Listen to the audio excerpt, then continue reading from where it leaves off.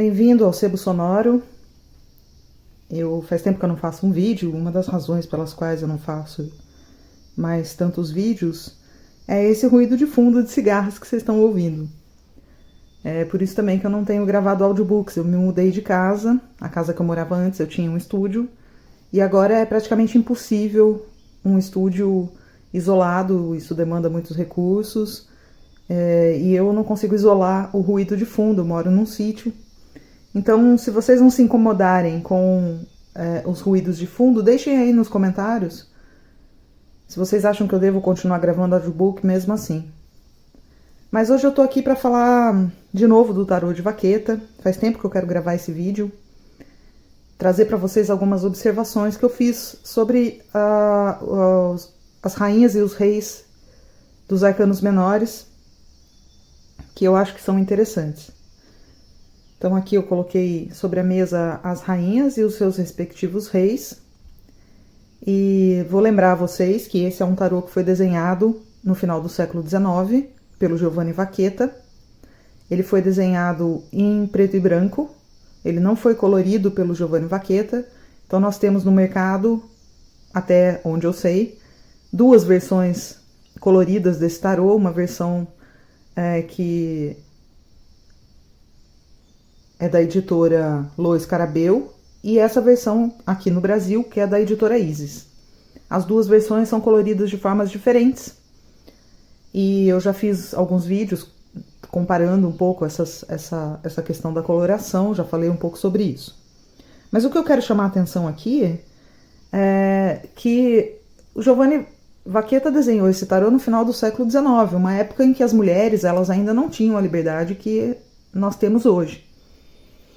Apesar de já termos mulheres que trabalhavam nas indústrias, que eram arrimos de família, nós não tínhamos no final do século XIX nenhum movimento que pudesse ser chamado de feminista. Seria um anacronismo dizer que o feminismo, como a gente conhece, surgiu nessa época. Não, nós ainda tínhamos uma situação de opressão às mulheres, né? Lugar de mulher é dentro de casa, cuidando da família, em atividades domésticas, e não no mercado de trabalho, ou vivendo sozinhas, ou construindo carreiras.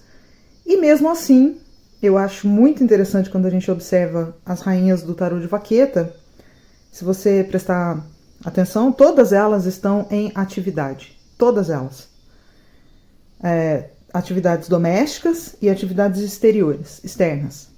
Enquanto que os reis, né, nem todos estão em atividade. É interessante. O rei de ouros está em atividade.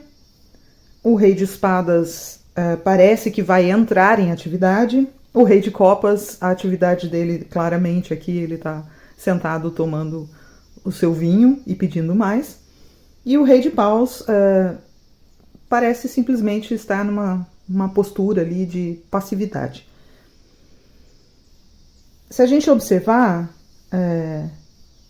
também tem outras características nas rainhas que são interessantes. Por exemplo, a rainha de espadas, ela faz referência a uma figura bíblica que invadiu o exército inimigo numa situação de guerra em que o marido dela estava perdendo a guerra.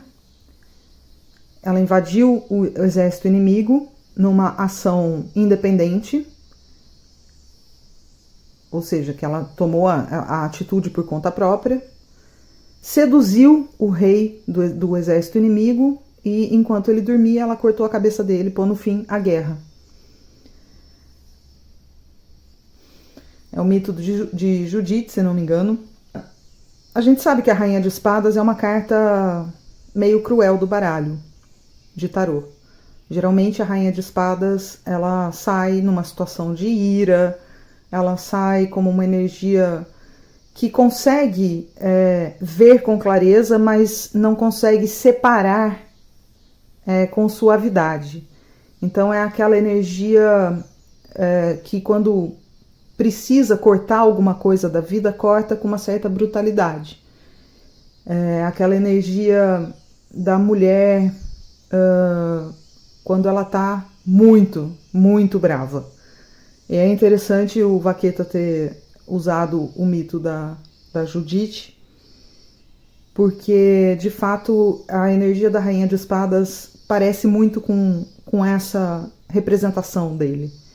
É uma energia capaz de atitudes de extrema violência para a proteção dos seus. Uma energia capaz de partir, né, para uma ação radical na busca pela proteção de si e dos seus.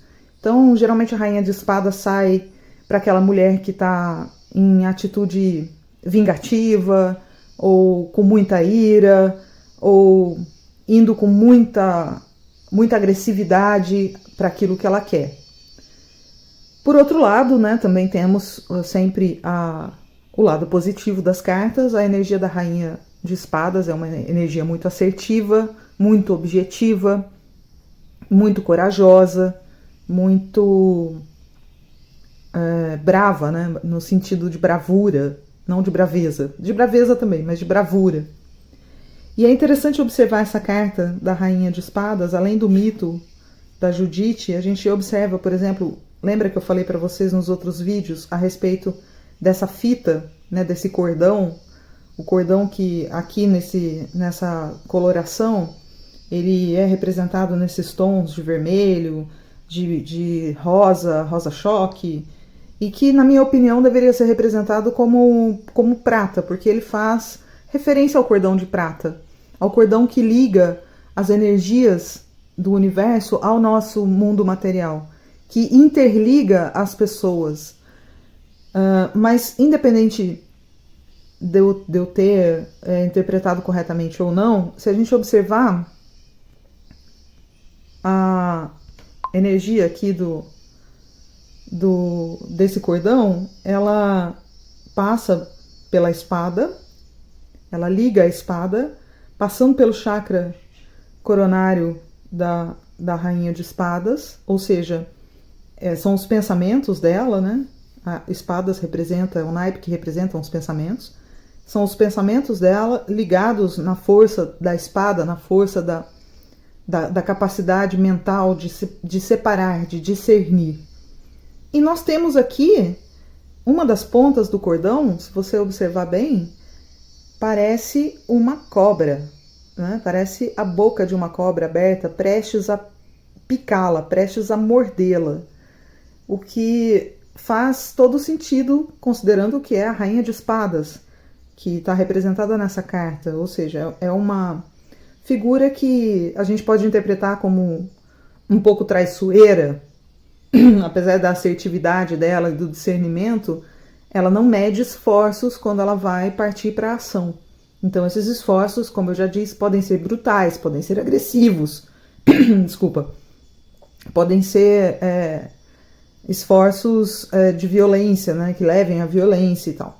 E a cobra, a representação da cobra, a simbologia da cobra, ela tem muitos significados a depender de como ela aparece, onde ela aparece. A cobra ela pode significar sabedoria, a cobra pode significar traição, a cobra pode significar o infinito, né, os ciclos infinitos pelos quais as coisas do universo passam.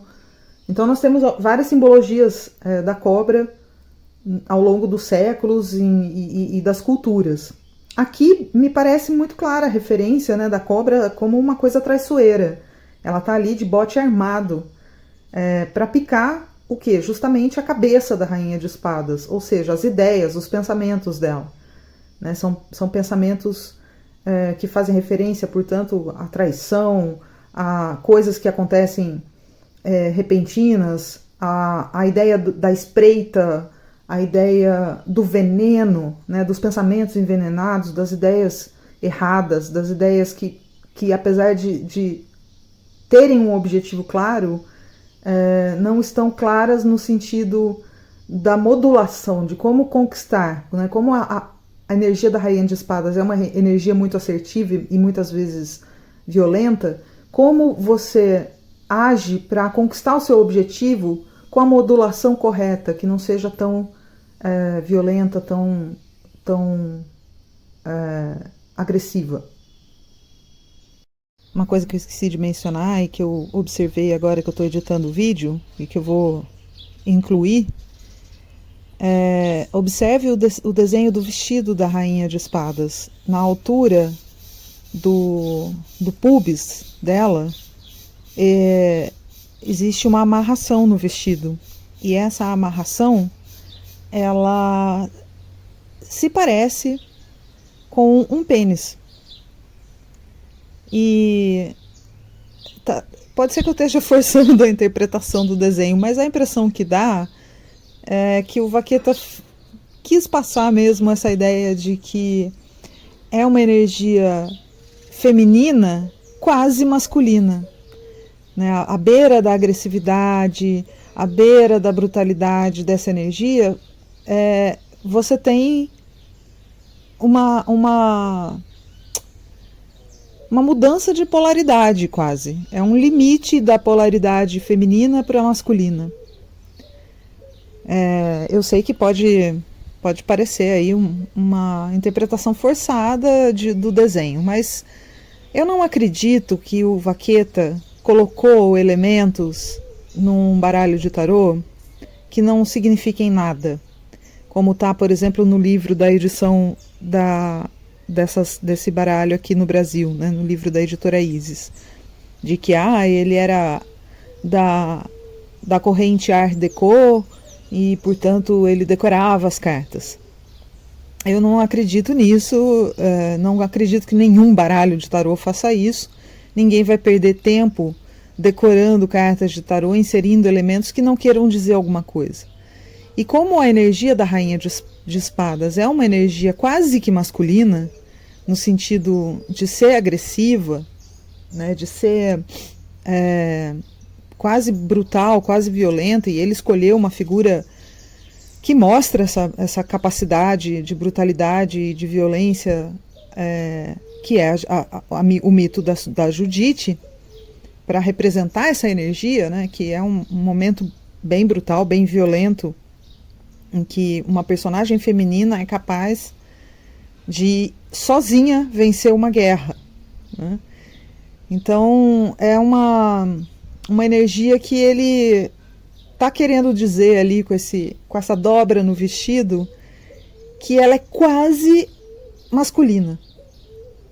É essa a interpretação que eu faço desse pequeno detalhe. E que combina, né, diga-se de passagem, com a energia da Rainha de Espadas. Bom, passemos então para a Rainha de Ouros. A Rainha de Ouros, ela não traz a fita, né, o cordão. É uma carta cujo cordão não está representado aqui. É interessante, dá para a gente imaginar que, interpretar, especular, na verdade, né, que a Rainha de Ouros, fazendo referência à manifestação material, não tenha muitas ligações espirituais. Mas isso é uma interpretação um pouco forçada. A gente também pode interpretar que o fio da roca, isso aqui é uma roca, né? Ela tá fazendo fio nessa cena, ela tá fazendo um fio. Dá pra gente imaginar que o fio da roca é a representação do cordão, que parece faltar nessa imagem. E esse fio da roca é a própria materialização. Ela está segurando aqui uma moeda que não tem a efígie de nenhum nenhum imperador romano. É uma das poucas moedas que não apresentam essas figurinhas, né, dos rostos dos imperadores romanos. Ao contrário, é uma figura que lembra uma mandala, como se ela estivesse fazendo o fio na roca para tecer essa mandala. E acho muito interessante essa posição dela, né? Ela está olhando para trás. Quem olha para trás no tarô, geralmente está olhando para o passado. Isso é meio que uma interpretação comum para todos os tarôs. É uma representação comum para todos os tarôs. O corpo muitas vezes está voltado para o futuro e a cabeça voltada para o passado, a depender do posicionamento das cartas. No tarô egípcio de Quié, por exemplo, quando a figura está voltada para o lado esquerdo, ela está indo em direção ao futuro. Quando ela está voltada para o lado direito, ela está indo em direção ao passado. Então, se a gente pegar essas interpretações dos tarôs, essas interpretações de outros tarôs, e também mais tradicionais, a gente pode dizer, então, que o corpo da Rainha de Ouros está voltado para o futuro, mas a cabeça dela está voltada para o passado. Isso é uma das formas de interpretar essa posição. É interessante observar que ela está em atividade aqui, é uma atividade doméstica, muito característica das atividades consideradas femininas, né, no passado, que é fiar, tecer, é uma das atividades consideradas tipicamente femininas. Mas mesmo assim é uma atividade, não deixa de ser uma atividade, ela está em ação, ela está fazendo fios e mostrando aí uma mandala para nós, que é a materialização, é a capacidade, a energia de materialização, de transformar o pensamento em coisas materiais, né? De usar as mãos, usar as habilidades, usar o conhecimento, usar a matéria e manipular essa matéria. Já o seu respectivo consorte, né? Ou seja, a polaridade da energia de Ouros, que é o Rei de Ouros, aqui aparece contando moedas. No livro que vem junto com esse baralho, o autor ele descreve essa figurinha aqui como um judeu contando moedas. Eu não sei exatamente se é mesmo um judeu, né? Apesar de no século XIX os judeus serem representados sempre com barba, não sei se a representação desse turbante diz especificamente a cultura judaica. Esse candelabro aqui também, apesar do candelabro ser uma simbologia da cultura judaica, eles geralmente vêm com sete velas. Aqui só temos 2. Então, eu não saberia dizer, mas uma das coisas que eu acho interessante de observar nessa representação, para além de ser ou de uma figura de um judeu ou não, é a representação do tempo. Você vê que o cordão aqui da vida, né, o cordão de prata, o cordão que liga as pessoas às energias espirituais e as pessoas entre si, ele está passando pela moeda, né, que representa o naipe de ouros, e o símbolo dessa moeda é uma ampulheta com asas. Então eu acho muito simples a gente identificar o que essa simbologia está representando. É o tempo que voa, né? O tempo que passa, o tempo que voa. E aqui nós também temos nas velas, né, a mesma ideia do tempo. As velas estão desgastadas, o que significa que já faz um tempo que ele está aqui nessa atividade.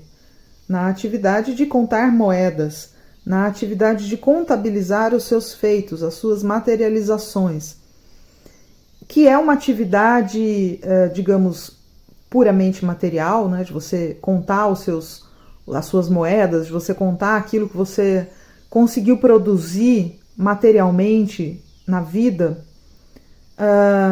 É uma atividade que todos nós fazemos, não precisa ser judeu para isso, né? Todos nós fazemos esse tipo de atividade, a gente trabalha, conta o dinheiro, compra coisas, cuida das coisas, faz a manutenção delas. Estamos sempre preocupados com isso, porque isso faz parte da nossa sobrevivência. E muitas vezes nós nos esquecemos de que as coisas em si não são tão importantes. Às vezes a gente passa e muito do ponto da necessidade de sobrevivência para sermos consumistas, para sermos muito materialistas, e nós esquecemos que a grande importância, né, da jornada e da experiência humana não está nas coisas que nós acumulamos, e sim nas experiências internas, nos sentimentos, naquilo que a gente é capaz de compartilhar com as outras pessoas, não só de coisas materiais, mas de compaixão, de caridade, de auxílio, de amor, de entendimento e de pacificação. E aí o que acontece com as pessoas muito materialistas?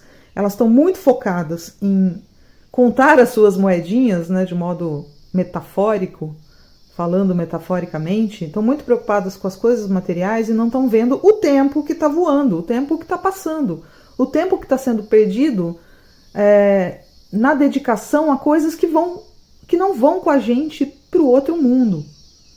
Depois da morte física, você não leva a sua casa, o seu carro, o seu dinheiro, as suas joias, as suas roupas. Você não leva nada disso. O que você leva são as experiências que você adquiriu no dia a dia, as experiências que você conseguiu conquistar no seu dia a dia, experiências interiores. O que você leva é o amor que você construiu, é a capacidade de compaixão, de tolerância, de perdão que você adquiriu ao longo das suas experiências. Então eu acho que a carta aqui ela chama bastante atenção para o fato de que enquanto você cuida das coisas materiais, o tempo voa e você está perdendo a oportunidade de experimentar a vida de um modo que você possa levar para o outro lado, que você consiga conquistar uma bagagem que seja transportável para as outras dimensões depois que você deixar o mundo físico. Então isso é uma coisa que me chama atenção nessa energia aqui dessa carta.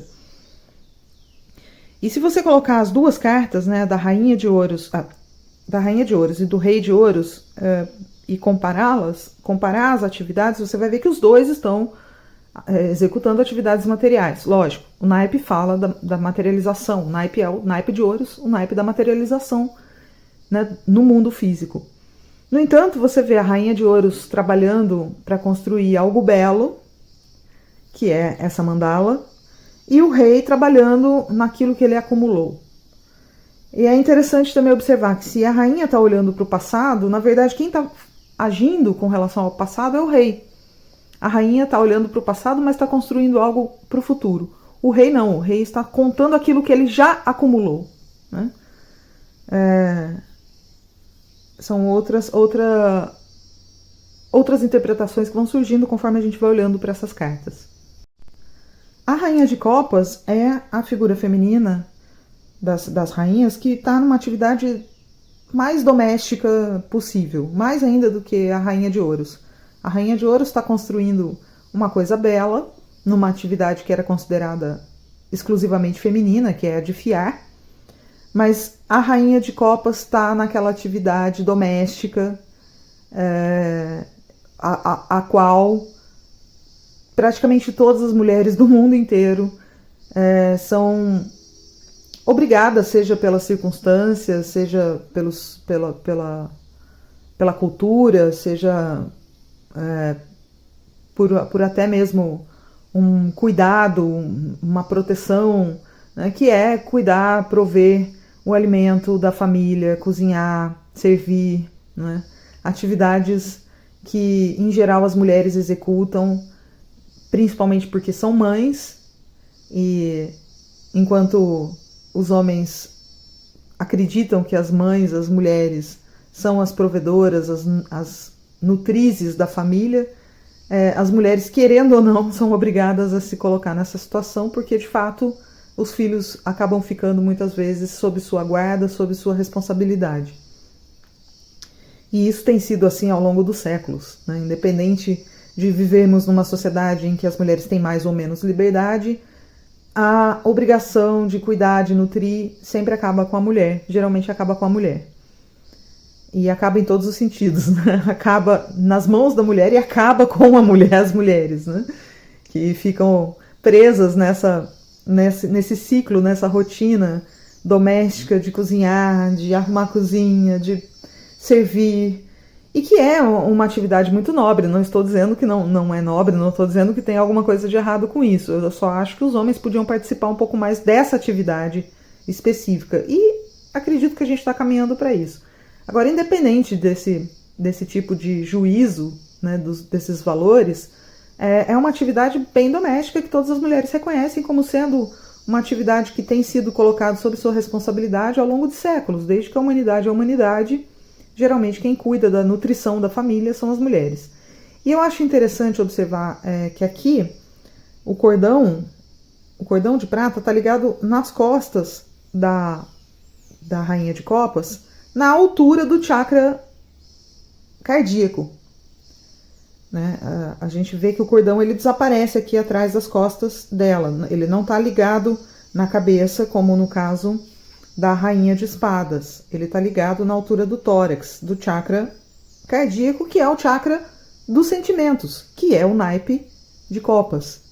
Então, para aquelas pessoas no livro, por exemplo, ou para aquelas pessoas que acreditam que o Vaqueta desenhou essas fitinhas só para decorar as cartas, aqui está mais um indício de que não. Enquanto o naipe de espadas, que é o naipe mental, o cordão está ligado no chakra coronário, que é o da cabeça, né, o que recebe os pensamentos e as inspirações divinas, aqui está ligado na altura do tórax, aonde você tem o chakra cardíaco, que é o templo dos sentimentos, no naipe de copas, que é o naipe dos sentimentos.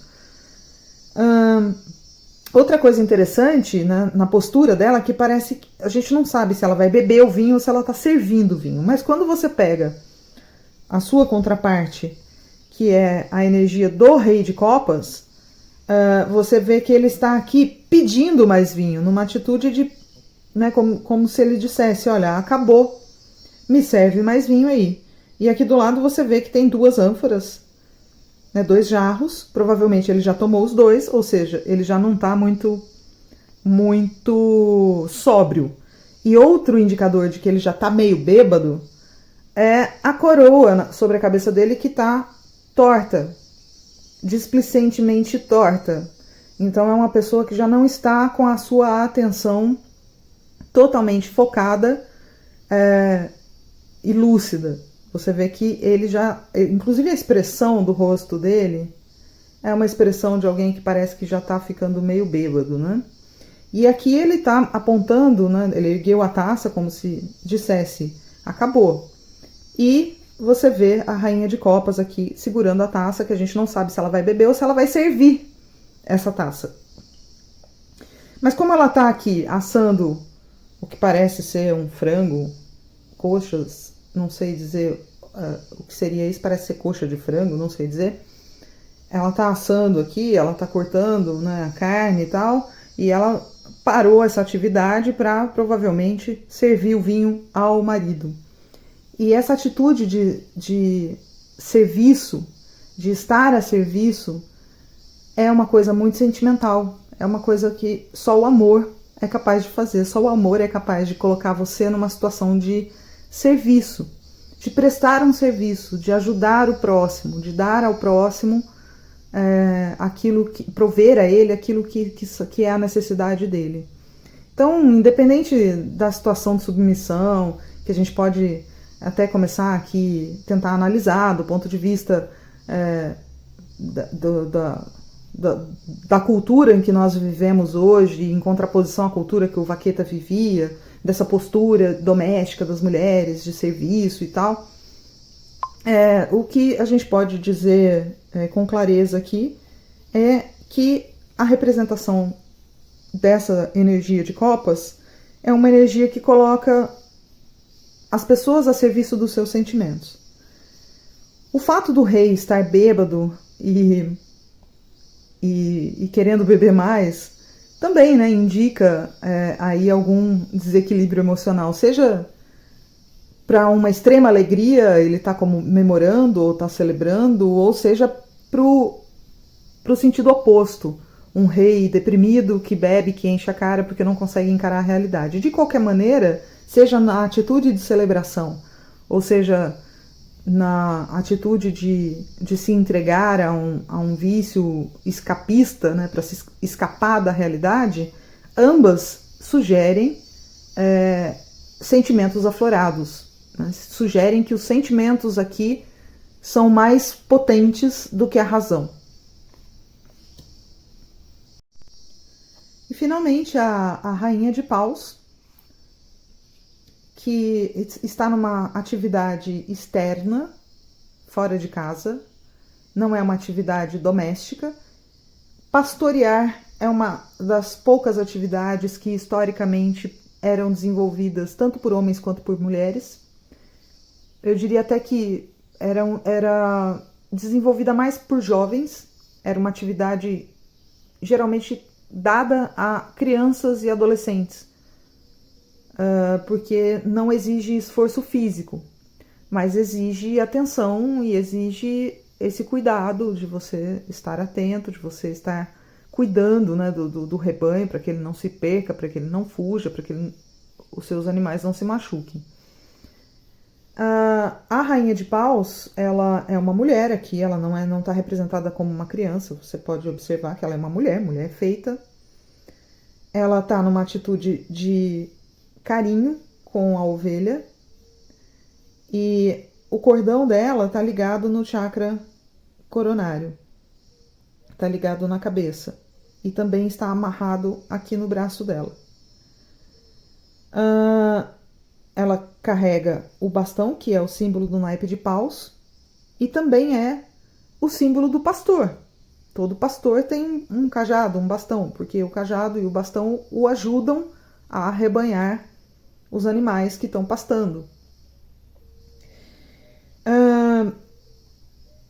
Por que o Vaqueta decidiu representar a rainha de paus dessa maneira, né? Como uma mulher realizando uma atividade externa de pastoreio. O que é a energia da rainha de paus? A gente sabe que a rainha de paus ela é geralmente interpretada nos outros tarôs como sendo uma energia espiritual. Paus é um naipe geralmente interpretado como espiritual. Isso não é uma regra, tá? Mas vamos dizer que a maioria das pessoas interpreta assim, como sendo o naipe da energia espiritual. Então você tem ouros, que é a energia material, a materialização, você tem espadas, que é a energia mental, são as ideias, é o plano mental, você tem copas, que é o plano sentimental, e você tem paus, que é o plano espiritual. Eu não sei dizer se essa figura representada pelo Vaqueta tem a ver com alguma mitologia. O Vaqueta, ele faz isso no baralho dele. Ele mistura tradições diferentes, de diferentes tarôs. Ao longo dos passeios que eu já fiz pelo baralho do Vaqueta e de alguns estudos, eu observei, por exemplo, que ele puxou algumas coisas daquele tarô Solabusca, algumas imagens, por exemplo, o 3 de copas é uma carta que ele copiou do Solabusca. A gente sabe também que ele puxou um pouco da tradição do norte da Itália, ele é do norte da Itália, ele é de Turim, se não me engano, da tradição dos tarôs do norte da Itália, que começaram a representar as figuras dos arcanos maiores como figuras da mitologia romana. Eu não sei dizer se nessa carta específica o Vaqueta seguiu essa tradição desses tarôs do século XVI, XVII, de resgatar a mitologia clássica. Nós temos, por exemplo, a carta da Lua, é representada por Diana. Essa carta aqui, portanto, eu não acredito que seja Diana. Diana, às vezes, ela vem representada como uma pastora. Pode estar fazendo referência a outras histórias da Roma clássica, da Grécia clássica. Daphne e Chloé, por exemplo, é uma das histórias em que você tem a figura do pastor aparecendo, né, da pastora aparecendo. De qualquer maneira, você vê que a vestimenta, né, puxa muito para essa coisa do classicismo, né? De qualquer maneira, a energia aqui dessa carta, ela parece ser muito clara. É uma energia que cuida e que interfere pouco, né? O pastoreio é exatamente isso. Você tem que manter a atenção, você tem que manter o olhar voltado para os animais que estão pastoreando, mas você não precisa ficar interferindo o tempo todo na atividade deles.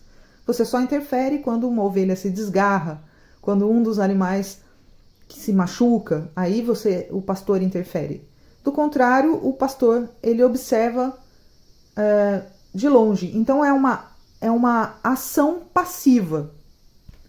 Ele executa a ação de observar, porém passivamente, sem se movimentar, sem interferir no que está acontecendo. E se a gente for pensar, né, as energias espirituais, elas têm muito a ver com isso, né? Nós estamos sendo assistidos o tempo todo pela espiritualidade, mas ela não interfere no nosso livre-arbítrio. Ela nos auxilia quando é possível interferindo o mínimo possível, né? Interferindo geralmente como? A partir de dicas da nossa intuição. Então, novamente, a gente vê aqui que o cordão está ligado no chakra coronário, na cabeça. Então, pode ser que a intuição seja o que esse cordão está representando aqui nessa carta. O poder da intuição. E ele está amarrado no braço, que é o poder da intuição guiando a ação, guiando a mão que age. E essa mão está agindo como aqui? Ela está agindo acariciando a ovelha. Ela está agindo com gentileza. Então eu acho muito interessante essa carta. Acho que ela fala sobre uma energia de ação passiva, ou seja, uma ação que exige a sua atenção muito mais do que o seu movimento, e compassiva, né? De generosidade, de carinho, de gentileza, que é bem a atividade de um pastor mesmo, né? Então, independente dessa pastora aqui ser a representação de alguma mitologia clássica, eu acho que consegue, nessa carta, resumir bastante o que é a energia do naipe de paus. E a energia mais elevada, que é a da rainha, né? O naipe mais, dentro do naipe de paus, a carta mais elevada são as cartas do rei e da rainha. E o rei de paus, por outro lado, ele tá numa atitude muito passiva, né? Passiva demais, eu diria. Ele tá parado. Ele só não tá mais passivo porque ele tá em pé, não tá sentado. O cordão aqui de prata tá ligado no cetro. O cetro é o bastão, né? É a representação do naipe de paus. Como eu já disse, a maioria das pessoas interpreta o naipe de paus como sendo o espírito. Isso porque paus, quando você põe fogo, queima rápido. Queima mais fácil, queima mais rápido. E o fogo é sempre a representação do espírito, dos 4 elementos, né? A matéria, o ouro, representando a matéria, a terra.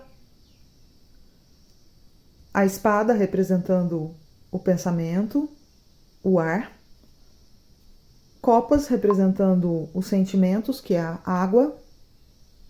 E paus, representando fogo, que é o espírito. Então, o cordão aqui está ligado no bastão, diretamente no bastão, ou seja, o cordão está ligado diretamente no espírito.